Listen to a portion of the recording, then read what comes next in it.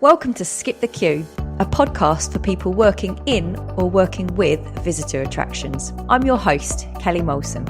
In today's episode, I speak with Pete Austin, Assistant Director of Marketing and Communication at Imperial War Museums.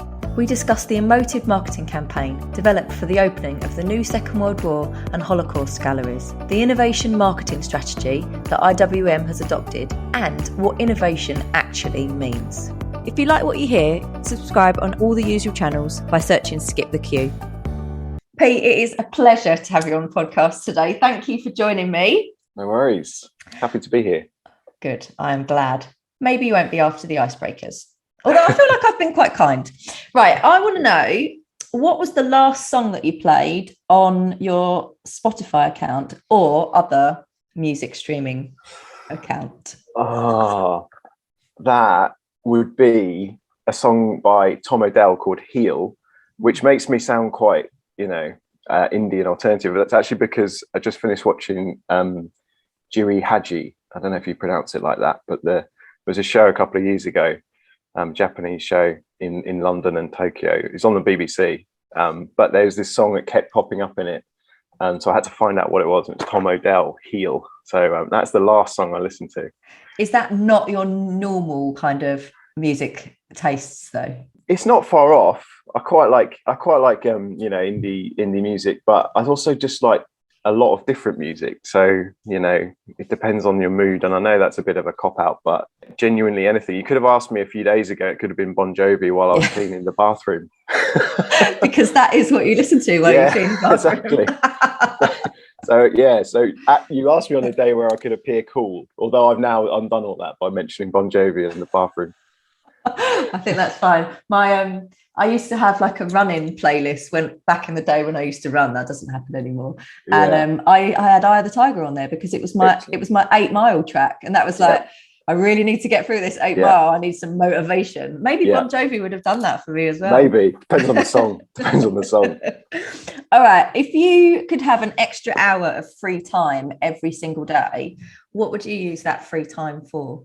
I'd like to say, something like playing guitar or writing or doing something I should be or feel like I should be doing, but probably would just end up just sitting and having a coffee. And I love that time in the morning when you kind of can just chill out and have a chat and before the day starts. So I'd like a bit more of that time before I get into it, probably. But yeah.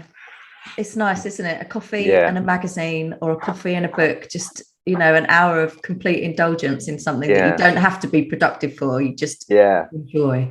100%. And I think I'm one of those people quite hard on myself about how I use my time as well. So even that question kind of brings me out in kind of sweats as well. You're just like, well, what would I do with that time? How would I make sure it's as productive as possible? You don't always have to be hustling, Pete. I know. All right. What is the worst advice you've ever been given? The worst advice I've ever been given. Oh, I've been given probably some awful advice. I think a bit of a cop out, but I think I kind of went through school and sixth form and didn't really have any advice on what to do next. And I'm probably of an age when a kind of careers advisor was probably quite a new thing, and I definitely didn't have any of that. So the worst, I suppose it's not the worst advice, but I got a lot of people telling me, don't worry about this, don't worry about that, don't worry about university, do worry about university. It was very, very, all very mixed. And I know everyone kind of carves their own path, but when I look back now and especially with, friends and children of friends with that's kind of getting to that age, I'm like, just help them through it, like help them decide what they want to do. Like, so it's not necessarily worst advice, but definitely a kind of absence of advice. Yeah, absence of advice is probably worse than bad advice, though, right? Like not having a clue what to do. I've had some awful advice, just generally in life about go to this pub, don't go to that pub. You go into that pub like, why did I listen to this person? And so it's often when you take that advice, you realise through the lens with which it's given. So you're standing in the world's dodgiest pub going, oh, this is why that person told me to go here, because they would fit in here. We will put the name of this pub in the show notes after for everyone to be able to it's probably not just one. All right, Pete, what is your unpopular opinion? What have you got lined up for us?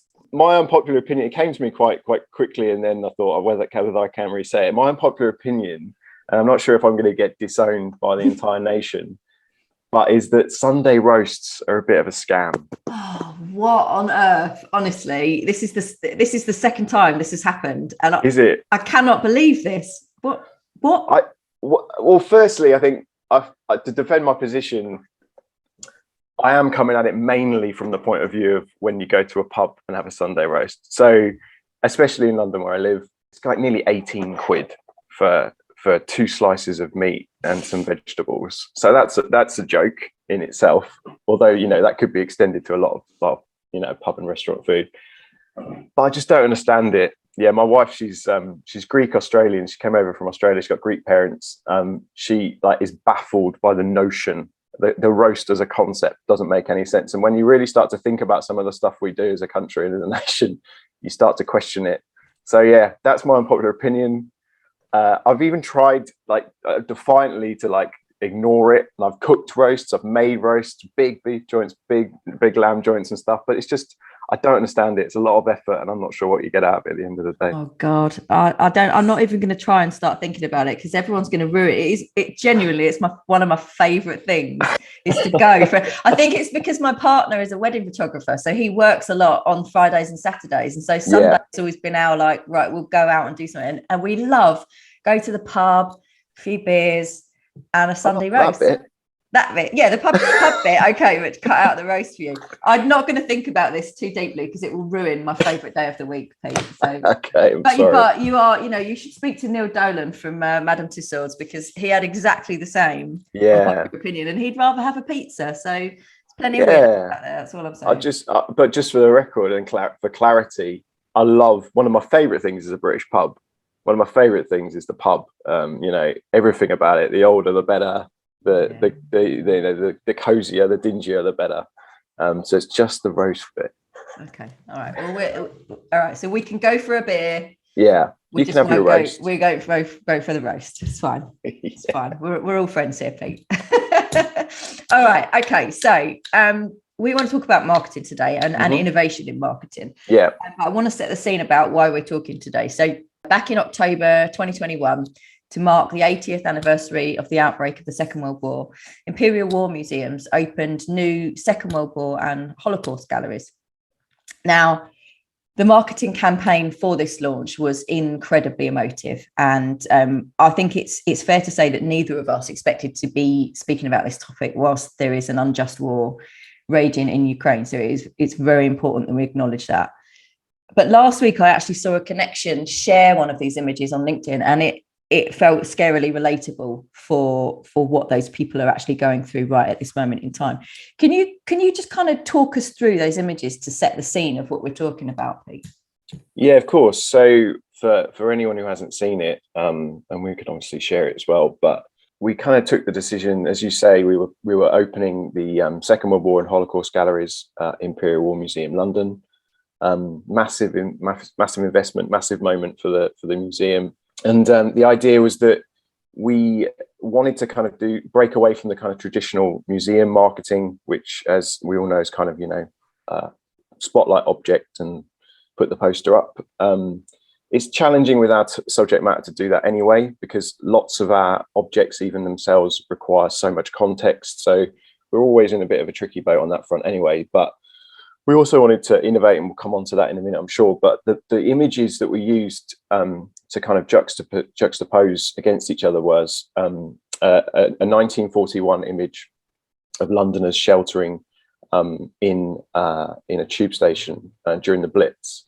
And we recreated that photograph as closely as we possibly could and bring it up to date. So, for example, people were sat looking at their phones, they had their laptop cases, sat there with hoodies on, whatever they would have probably had to do if they had to go and shelter, if there was an air raid siren. So we recreated that image, and we didn't recreate it with any kind of drama added or any kind of artistic license. It was really just to try and bring up to date and make relevant what normal people went through during that time, and this idea of what it happened to people like you on a day like today was the tag.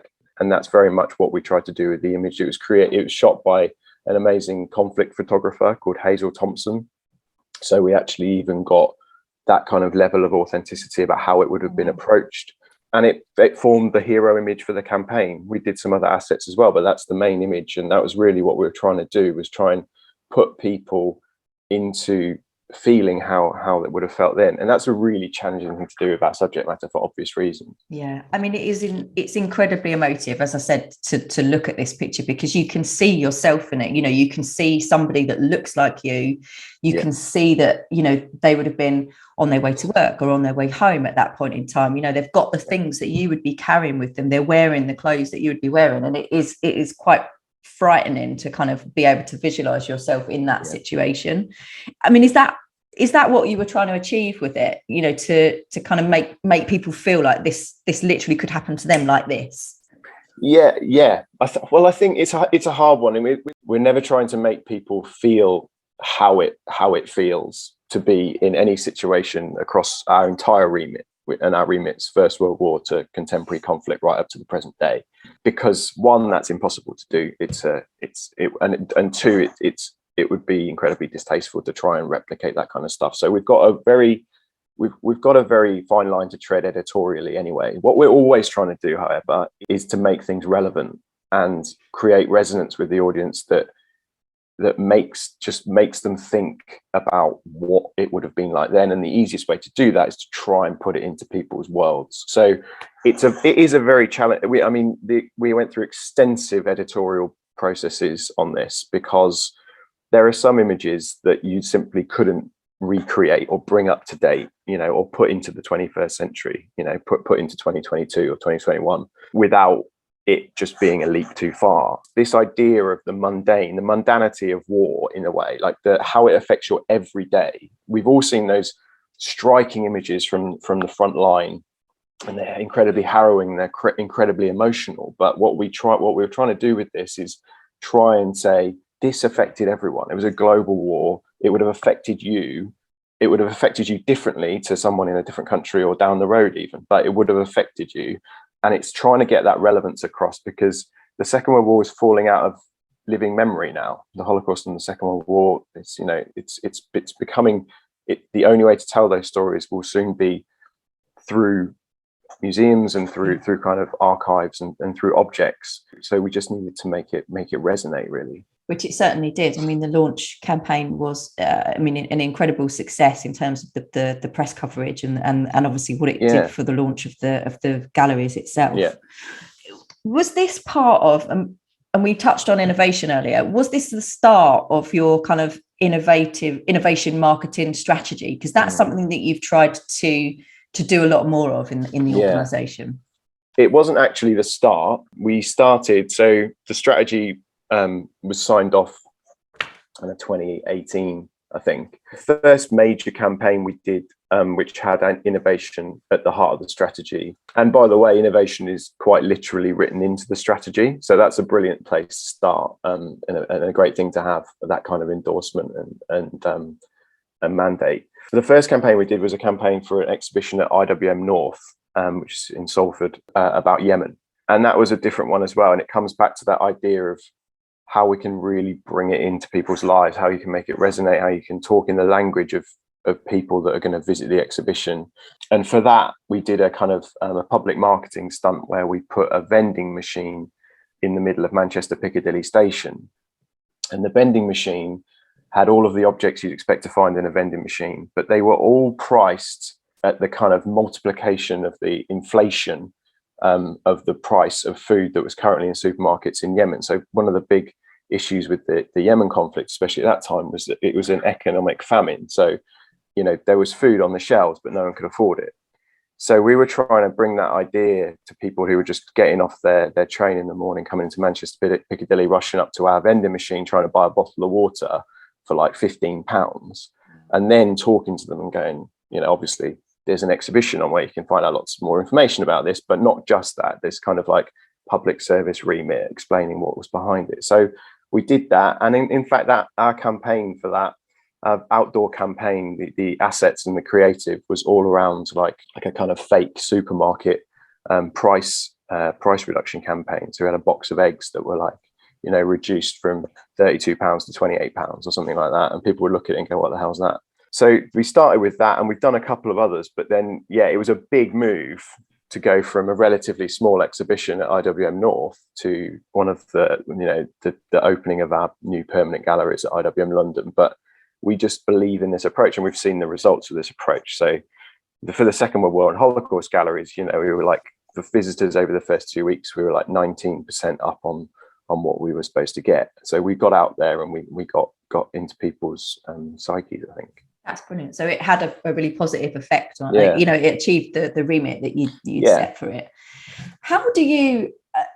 This is probably a massive question, but you don't wake up one morning and go, right, we're going to be more innovative, and everyone's going to give us the budgets to do this as well. How do you embed that culture of innovation into your strategies and into the marketing teams? Yeah, it's a process for sure. I think the first thing to say is that when I joined IWM was doing brilliantly. This wasn't innovation through need of just changing everything or overhauling everything. It's kind of the end. I came in kind of 2017. It's towards the end of the First World War centenary. Obviously, massive program of activity. But one of the things and one of the main drivers for the innovation strategy is that we have a really strong core audience, but we want to develop new audiences.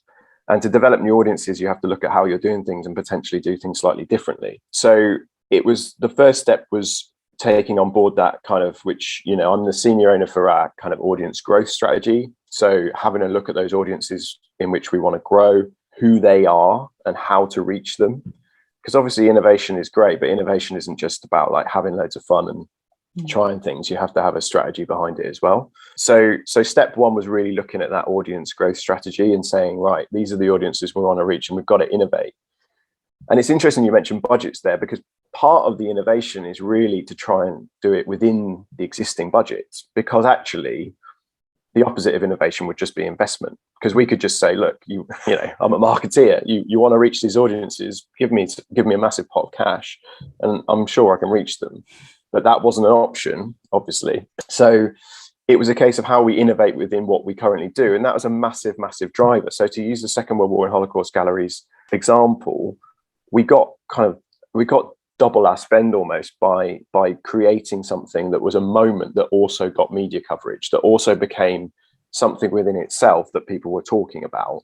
So there's the marketing spend, the marketing kind of application. So the marketing mix, out of home, digital, plus the press we got. So it's really bringing that marcoms together. But step one was going to the exec board and to the trustees and saying, I want to put innovation at the heart of our marketing strategy, and here's why. Evidence with data that says that innovating in these ways would be reaching new audiences, and that's definitely something that's started to happen. Where did the data come from? Was that just researching the target audience that you were trying to get more of? Yeah, we do a lot of data research, marketplace data. So we had our marketplace data. We had some existing segments. We had to rationalize them. We had to really examine whether they were the right ones we were going after. One of the jobs I did when I came in was to really look at how well we penetrated those segments. Because to be honest, some of them we were over investing in and getting under return. So it was really about rationalizing those and getting the organization on board with them as well. So part of the issue I had with the kind of the first round of the audience strategy was that there was a lot of different audiences. And now we're like, right, we've got a core audience and it's across all 5 branches of the Imperial War Museums. And we've also got these development audiences as well, which we know a lot about. We know how they behave. We've also gone through enough cycles now to plug that back into how they behave when they've come to the museum. They're no longer just a hypothetical audience, on a pen portrait sat out there in the world. They're coming through the museum now, and we can say more about what our versions of those development audiences look like and what they want to see in marketing, what they want to resonate with, what they most engage with when they come to the branch, what do they most want to go and see. So building up this picture is kind of alongside this innovation strategy, so we can then really plug it into that and amplify the results. So how do you kind of empower your team to be more innovative? Like, where do the ideas come from? How do you kind of create that? You mentioned the campaign that you had with the vending machine. I think it's incredibly innovative, and I can see the power of that. I can see myself walking up to it and being really interested in it. Now, where do the ideas come from? Is it a team like a collaborative effort? 100%. Yeah, it's definitely within the team. So marketing, communications, and the digital team as well. And actually, an idea can come from anywhere in the organization. Where it genuinely is democratic when it comes to where the ideas come from, and often it's a collaborative process. So the vending machine idea started life within the team, but it didn't start life as a vending machine. It started life as that was the idea of what if there was a whole shop that you went into and where you couldn't afford anything, which wasn't a massive kind of cerebral leap because that is what we were seeing in Yemen. But then we were like, well, we can't do that. A branch of Tesco, that would be quite an expensive marketing campaign. So then the vending machine idea came through. Then there are amazing people in the team, the marketing team, who were, had to deal with the very interesting ins and outs of, I don't know, there was even stuff around, like, obviously there was really basic stuff like, where do we buy the food from? What do we put in it? What should the actual calculations be? Because obviously, the inflation is a figure, but it's not necessarily a universally defined figure. So we had to kind of make it roughly accurate. What do you do with the food afterwards? There's so much stuff we had to think about, but the ideas come from anywhere, and they come from largely within the marketing, communications, digital team. But they really just get brought to life through collaboration across those teams. I'm so lucky to have such amazing teams that do that. It feels like, obviously what you've been doing, the strategy has really resonated with the audience that you're trying to, because you've seen the campaigns have been successful and you've had people come through the door that you're wanting to attract. But it feels like it might have really invigorated the team internally as well. There's a much more opportunity to be creative within the budgets that you have, much more opportunity to collaborate, and it feels quite exciting. Yeah, hopefully. You'd have to ask them. No, it is exciting. I think there is a bit of a misnomer about what innovation really means as well, though. So we had to go through a process of kind of term definition and myth busting. Now, the vending machine is almost, for the sake of trying to explain to the team what innovation is, it's almost a bad example, because it's totally new. It's totally something the museum hasn't done before. It's a stunt, and I think sometimes innovation is seen as, well, a marketing stunt. I was like, well, that's not necessarily innovation. Putting a wrap all around Oxford Circus Tube for Stranger Things, the next series, that's not innovation. That's called having millions of pounds.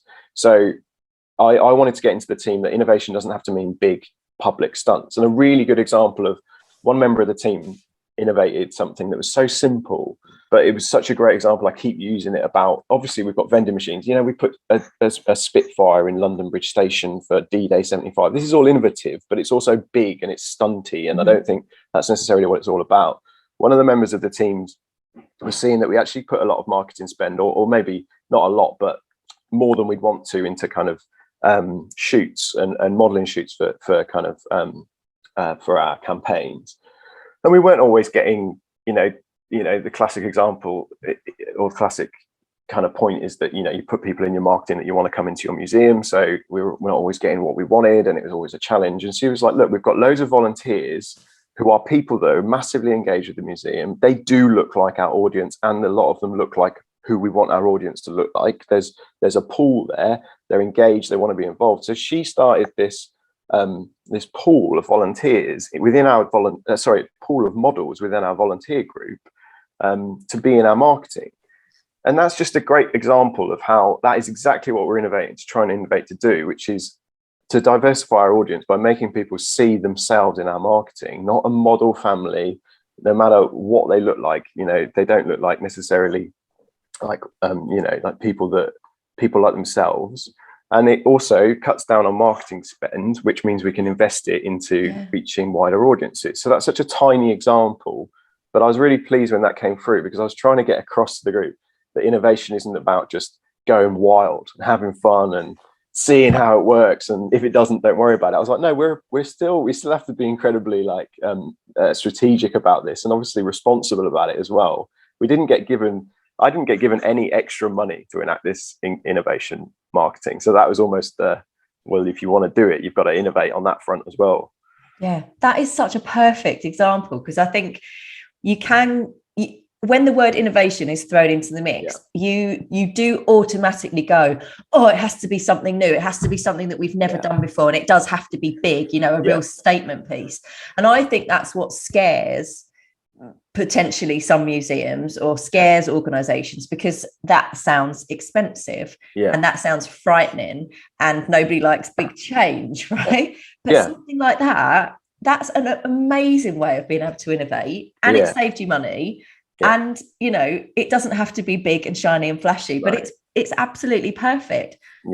Well, I love that example. Well, I love that example, because don't get me wrong, we've done some amazing big things as well. And the Second World War and Holocaust Galleries poster is really the biggest thing we've done, because it was the biggest risk, because essentially our senior leadership and trustees were signing off a non-traditional museum marketing campaign for the biggest thing the museum's done since the First World War galleries at IWM London. So that was big, and that was innovative, and it's seen great results. And as we mentioned, earlier on, through absolutely no foresight or kind of, nothing we saw coming, it's perhaps even more resonant and relevant right now.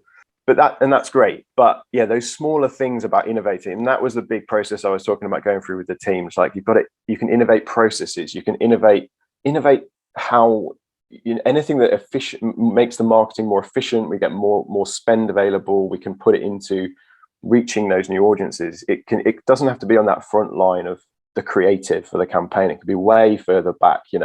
We've innovated some really small internal processes as well about how we do things, how we collaborate. So it hasn't all been this all singing, all dancing, nominated for awards stuff. It's been this kind of behind the scenes stuff too. This is what I was going to ask you, because I think, that it's difficult to know how you gauge the innovation strategy is successful. But I guess there's two strands to it, isn't it? And you've talked a little bit about, the campaigns that you've done.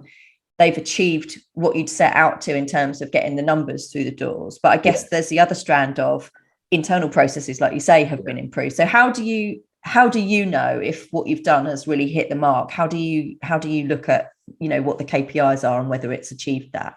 Well, we set KPIs and we set targets like we do for all of our campaigns. And because the innovation element of the marketing is so intertwined with the whole campaign, in essence, we wouldn't reach KPIs if it wasn't working. But that's kind of like how we look back on the campaign and see how it worked. But I think if I just look back at how long the organization's had these development audiences in place and how we've hit target for different campaigns, we've definitely seen since we took this new approach, we've hit better campaigns.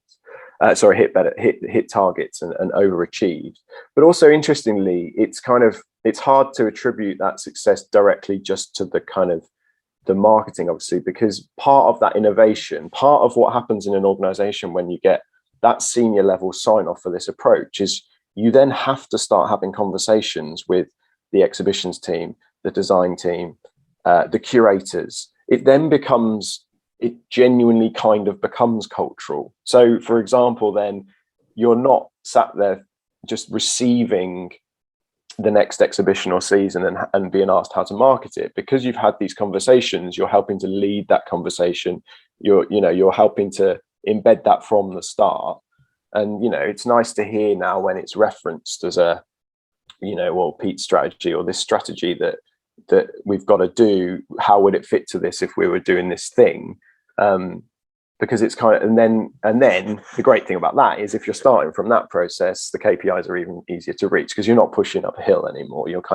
It's all happening together. But the crucial thing for us as well, and it kind of comes back to that point you said about what other organizations could do, or or like how it all started, is not to throw the baby out with the bathwater. I think one of the big things about innovation is people are scared of it because they're like, well, hang on a minute, I don't want it to massively affect what's going really well already. And we definitely didn't do that. We've still got, if you look at IWM's output, we've not stopped doing what we think is really appealing to our core audiences. We still do a lot of that. This is also happening alongside it and to complement it. And it's crucial that you can kind of do that sensitively as well.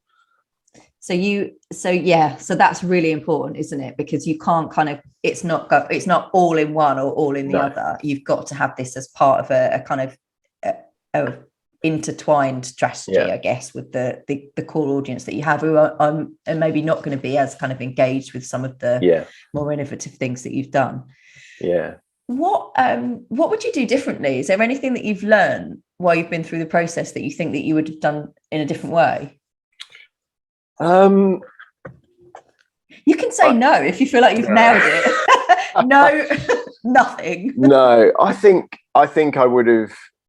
I think it was a really, really collaborative process, but there were definitely areas of the museum I would have engaged earlier in this process. I think, ideal world, I would have sat down with everyone one by one, and we'd have talked about what this means and their hopes and dreams and fears for what innovation in marketing means.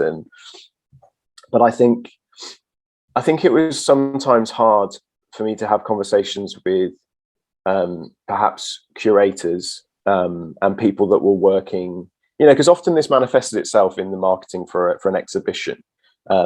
So these people are in this day in, day out, like, and for something like Yemen as well, not necessarily this is an example, but for something like Yemen, these are curators who are actively trying to bring objects back from a live conflict. They are, to say they're invested and to say they're kind of absolutely in this would be an understatement. They are, I mean, some of the stories they could tell you would be amazing about how we get these objects back from essentially a live conflict zone. So then to say to someone, I'm going to put a vending machine in Manchester Piccadilly Station, and the poster for your exhibition that you've probably almost risked your life on is going to be a box of eggs, is like, okay, that's not the time to have that conversation. No. The time to have that conversation was 12 months earlier and say, and really talk it through. But then, 12 months earlier, the strategy hadn't been signed off. So I think I would have just tried to speak to teams that were actively involved in whatever product it would be that we were doing the innovation marketing for as early as possible. And the great thing now is that everyone knows this, and we're in a process. And for example, the Second World War and Holocaust galleries, we set out our ambition to do that kind of campaign from the very start. Pre-COVID, that was our plan, and then we ended up delivering it in October last year. So that's a great example of how it does work. But the challenge is getting those people on board and helping to understand why you're doing things, and also crucially understand why you're not doing it. It's not just, like I said, for a laugh or just because it's more fun. It's like, this will genuinely resonate more with the audience we want to visit the exhibition. So, I mean, the crux of it comes down to communication with anything like this. Okay. And what if there will be other museums, there will be other attractions out there that are thinking that there's something different that they need to do, because everyone's in a situation now where they have a core audience, but yes, they do need to look at new audiences coming through and how they're going to attract those. What advice would you give to other museums at this point who are thinking they would like to be more innovative about the campaigns that they're launching? I think my advice would be start with the audience you're trying to reach, and that's what we did, and that's really where it was all born from. Really looking at the audience growth strategy that we've got in place, and going, well, how do we want to reach them, and do we need to innovate to reach them, or do we just need to keep doing what we're doing but do it slightly differently? And I know that's technically as innovating, but it's not really. It's like, do we just need a slightly different marketing mix? It's not innovation. I'd root everything in that. We had some audiences that we ended up reaching way more effectively than we thought. We had some that we didn't. This is kind of like that was the kind of landscape I was coming into. So it's really a case of trying to work out, and crucially agreeing with the organisation who you should be targeting, and then whether you really need to innovate to to do it. I think you definitely need buy-in. You need senior buy-in. It's not something, not that any strategy is, but something like this is definitely not something you can just do, because if you just do it and you don't do it with a plan for how you're going to continue to keep doing it, then it's just a flash in the pan, and it's the very definition then of a stunt rather than a strategy. I was very fortunate in that, you know, the senior team and trustees were on board with this idea and this approach. And then I suppose, just to come back to that point I made earlier, it's like, don't overhaul, change things. Don't go too far. This can be done. Innovation doesn't mean chucking everything down and starting again. It can mean tweaks. You know, it can just mean, how are we going to innovate in this one area? You know, it's like a research and design department in a way. Just, you know, focus on one area at a time if you want to just see where the results might come without affecting the entire organization. There's no way we'd have started any of this with the Second World War and Holocaust galleries, and maybe even if Yemen didn't reach over visitor target, and, you know, the campaign didn't get as much press and didn't get as much attention as it got, maybe we wouldn't have carried on with it. It's just, we would have always reflected and worked out whether that was the right thing to be doing. We're not carrying on like belligerently in the face of the whole world telling us it's not working. This is kind of the process we're going through. To communicate and then actually listen to what your audience is telling you. Yeah, just basics. Good advice, Pete. Yeah. What's coming up next for IWM? What interesting things are happening in the next few months? Oh, we've got a lot going on. We're like all visitor attractions and museums, we're just getting back up and running. Really, we're really enjoying that. We've got a big exhibition coming up at IWM London later this year on wargaming. So that should be really interesting. And yeah, like, you know, trying to kind of get people back onto HMS Belfast, you know, onto the ship on the Thames, summer campaigns around that, you know, more activity, especially for families, getting people used to going out again, visiting London, going to those big attractions.